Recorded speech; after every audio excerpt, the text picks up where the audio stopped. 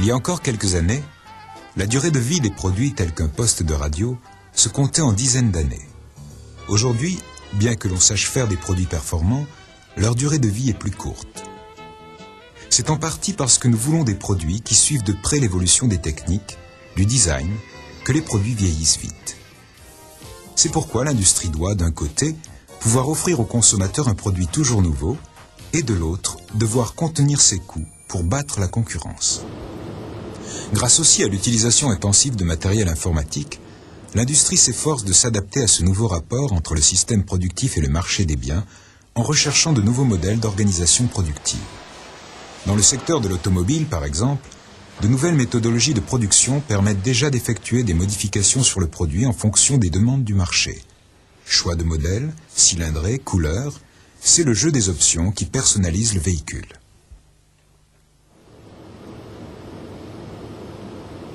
Un des produits les plus emblématiques de la production sur mesure aujourd'hui est justement l'ordinateur. Grâce à sa conception modulaire aux lignes de montage flexibles, parce qu'elles sont gérées par des robots et non par des automatismes rigides, chaque utilisateur peut acquérir une station de travail faite sur mesure.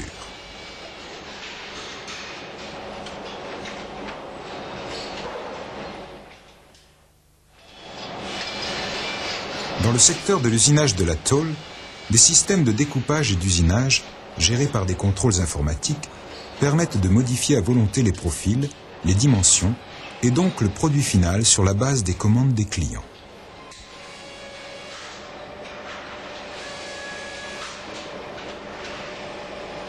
Dans le secteur des biens de grande consommation, on tente à traiter ou à conditionner avec une même ligne de travail des produits différents, avec une seule modification de programme de travail. Pour apprécier l'importance des problèmes que les entreprises rencontrent pour s'adapter à cette nouvelle réalité, il faut imaginer qu'il y a encore peu de temps, les usines étaient des lieux figés de production. Elles étaient organisées sur la base du modèle scientifique de l'organisation du travail, créé au début du XXe siècle par l'Américain Taylor, et qui s'est rapidement diffusé dans toutes les grandes sociétés. À partir du début du XXe siècle, notamment dans le secteur automobile, Taylor démarre la production en série, basée sur une analyse rationnelle des usinages et des transports des matériaux entre les différentes stations de travail. Aux machines et aux ouvriers sont rigidement assignées des tâches élémentaires à répéter sur chaque pièce qui transite dans leur propre zone de travail. La machine la plus caractéristique de ce modèle productif a été, et est encore, la machine transfert. Un bâti sur lequel arrivent les pièces à produire et des unités de travail disposées en ligne qui interviennent sur ces pièces en transit. À la fin de la chaîne, la pièce est complètement usinée et peut être acheminée vers des stations de lavage, d'essai et de montage.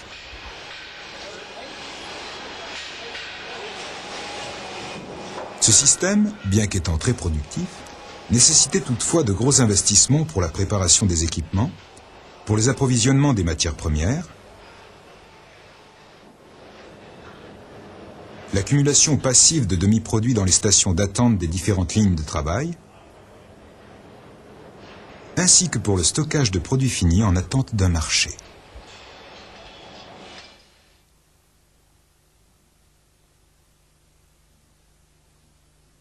Si le concept de productivité maximale n'est pas remis en cause, l'objectif prioritaire pour chaque entreprise est aujourd'hui la mise en place de différents types d'automation pour affronter la demande du marché et la réduction des coûts actifs et passifs de production.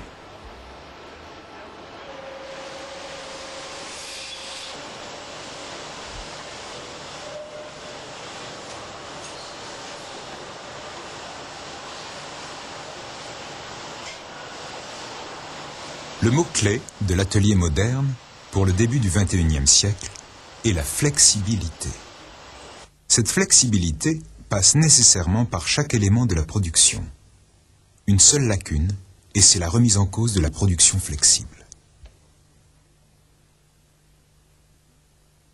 La machine opératrice. La flexibilité impose à la machine de passer d'un type d'usinage à un autre presque instantanément, et sans modification lourde d'infrastructure. Cet objectif a déjà été atteint depuis longtemps grâce à l'association des machines-outils à des unités de commande à contrôle numérique. Tout ceci contribue à réduire les stocks tampons entre postes de travail et en fin de production.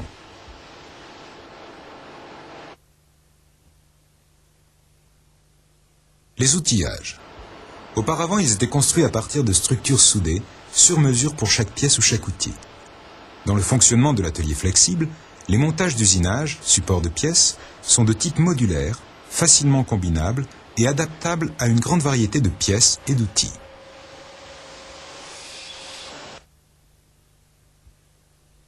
Le transport. La circulation des pièces, outils, matériaux peut être comparée au sang qui irrigue les centres vitaux, ici de la production. Pour pouvoir s'adapter sans délai au changement de production, les transports sont confiés à des ensembles robotisés associés au centre d'usinage ou à des chariots téléguidés ou filoguidés. Le contrôle. Produire sans stock, en flux tendu, signifie que les pièces sont attendues au montage et doivent sortir bonnes. Un des objectifs d'un système flexible de production est donc une parfaite maîtrise de la qualité qui se traduit par le zéro défaut. Dès lors, la présence constante dans la chaîne de production d'une machine de mesure capable d'effectuer le contrôle sur des géométries variées est nécessaire. Les cellules de travail flexibles. Ce sont des espaces où sont regroupés les éléments précédents en centres de production.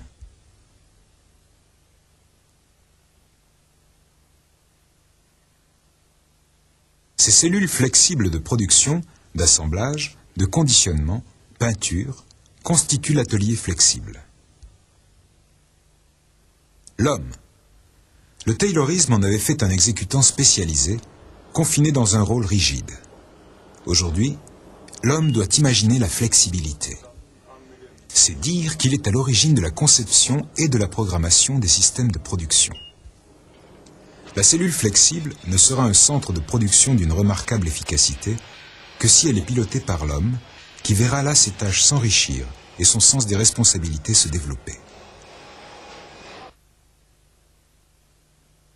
Pour mieux comprendre cette révolution technologique et la structure d'un atelier flexible, complètement automatique, nous allons analyser de plus près chacun de ces éléments.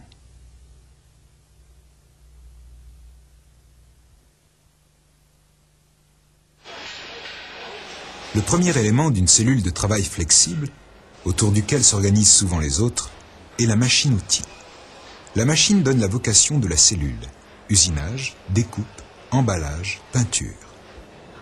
Il s'agit surtout de centres de production, c'est-à-dire de machines multifonctions, équipées de tables porte-pièces, pourvues de magasins et de dispositifs pour le changement automatique des outils, sur lesquels on effectue généralement l'usinage complet d'une pièce.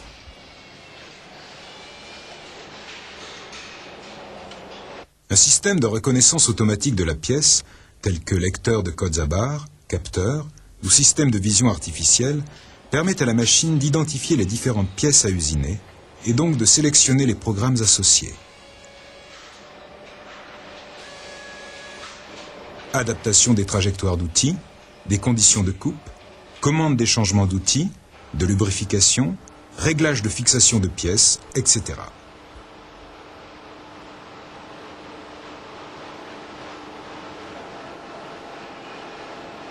Le nombre et la disposition des machines dans la cellule dépendent du type d'application. La disposition en parallèle est adoptée quand la pièce peut être acheminée sur une machine quelconque en fonction de sa disponibilité. Celle en série est adoptée quand, pour l'usinage complet d'une pièce, on a prévu son transfert sur plusieurs machines-outils. Cette solution peut être plus contraignante. La solution mixte, enfin, est adoptée quand on peut tirer parti des avantages des deux solutions précédentes.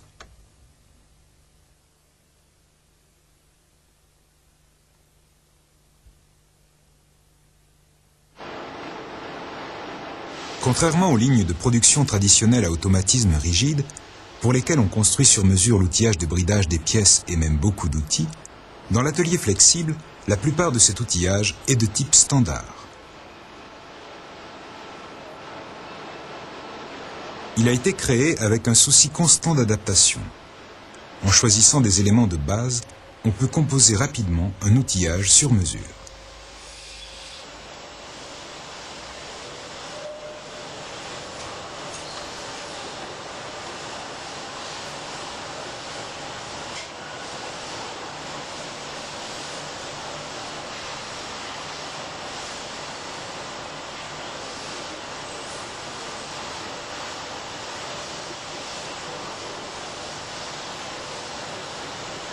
L'activité de chargement et déchargement des pièces sur cet outillage de bridage et de positionnement peut être assurée aussi bien par des ouvriers dans des zones de travail hors machine que par des robots de manutention.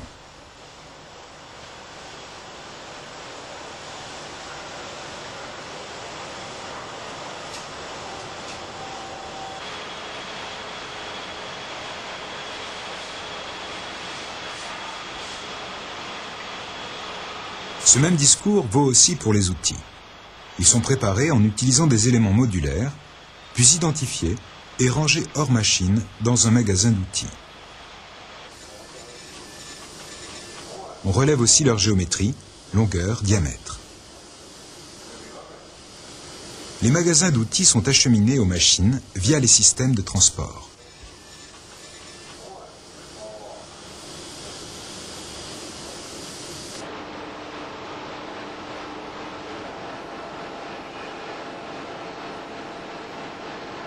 Sur les machines, les différents outils sont identifiés. Ils seront automatiquement appelés et montés sur la broche en fonction du cycle d'usinage associé à la pièce en poste.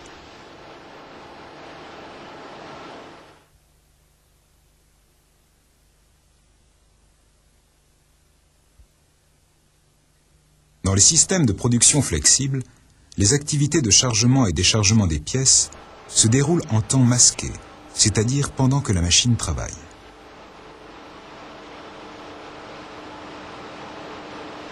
Une station de chargement et une de déchargement des pièces, ainsi qu'une ligne d'acheminement des outillages porte-pièces, appelée palette, de et vers les machines-outils, sont indispensables à la cellule.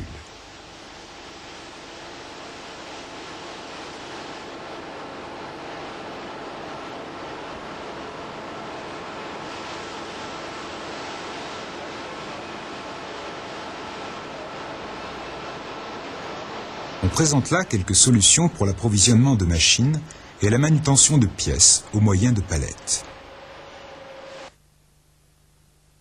Station d'entrée et de sortie obligée.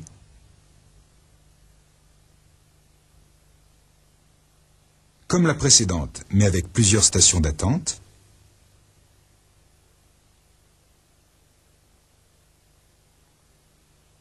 Station d'entrée et de sortie unique, avec des unités à rotation de 180 degrés.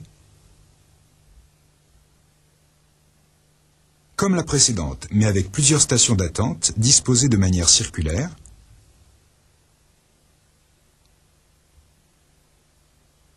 Ligne d'alimentation linéaire continue, avec beaucoup de palettes disposées en série.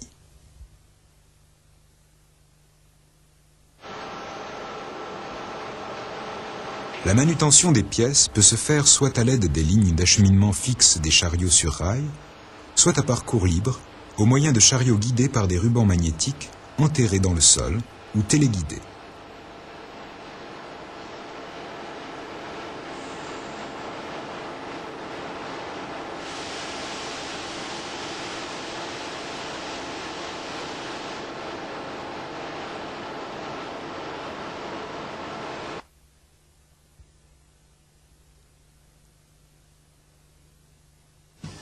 Adapter la production à la demande, c'est produire sans stock.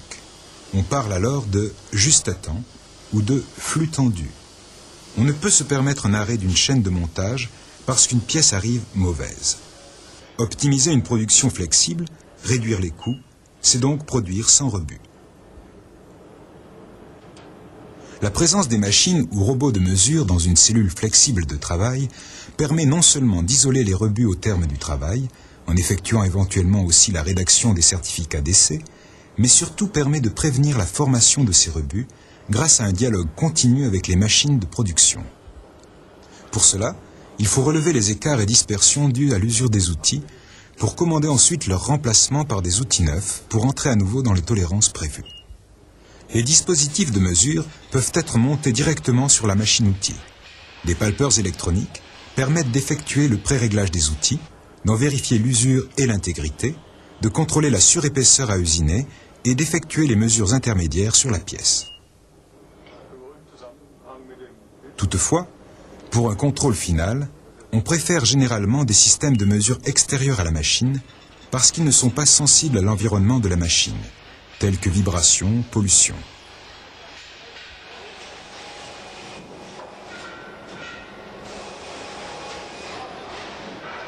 Les robots de mesure contrôlent si les cotes sont dans les limites de tolérance prescrites, si l'on doit effectuer des variations de programme de travail, quel outil est responsable du travail relevé et calculent l'importance des corrections à effectuer.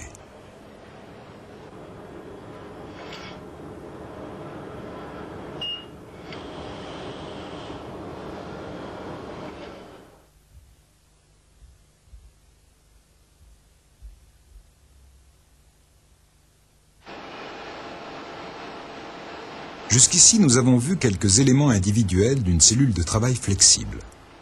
Ces éléments sont regroupés en cellules ou îlots de production flexibles, complètement automatiques.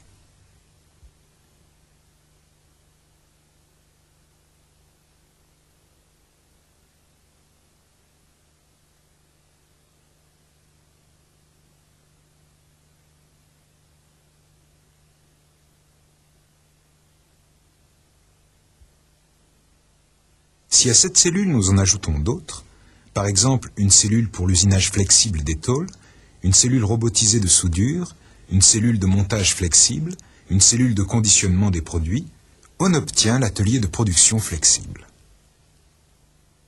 La gestion de la cellule de production se réalise au moyen d'un système de contrôle qui développe essentiellement deux fonctions. Commande en temps réel de l'équipement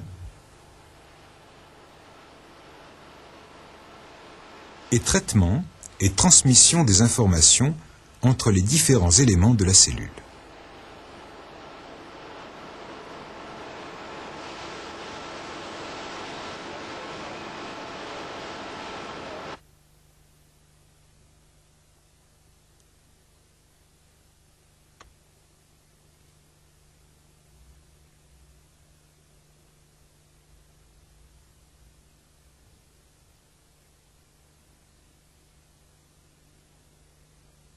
C'est l'élément clé de la production flexible.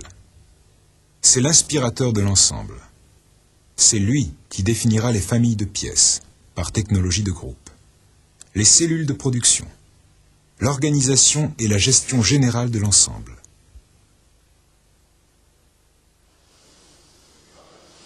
L'homme n'a plus un rôle direct de production comme au temps du taylorisme, mais il intervient en amont et en aval de la production par programmation des usinages, contrôle des différentes unités de travail, des cellules, des activités dans les stations de chargement, déchargement des pièces sur les palettes, de la préparation, de l'entretien et du réglage des outils. Enfin, de la maintenance générale. Il est hors de doute que la flexibilité d'une cellule, et plus généralement d'un atelier, passe par une conception, une planification soignée de tous les éléments qui la composent, de façon à la rendre adaptable à la production de lots de pièces très variées. Cette flexibilité dans la production passe aussi, pour les opérateurs, par une nouvelle manière de concevoir leur rôle, plus tournée vers la gestion de production et des systèmes robotisés.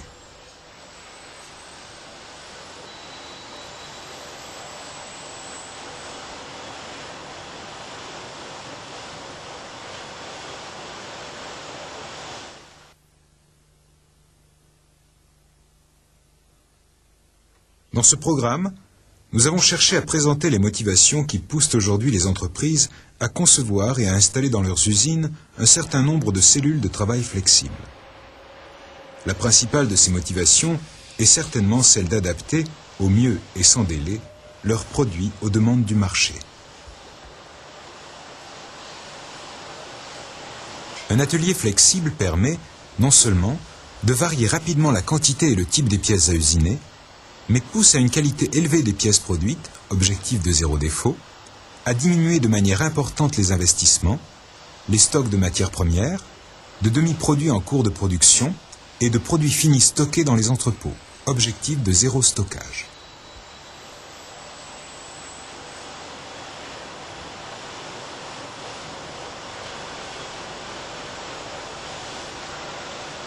Ces objectifs, comme nous nous sommes efforcés de le mettre en relief, imposent un contrôle continu de la production, effectué avec des machines et des systèmes de mesure directement opérant dans la cellule.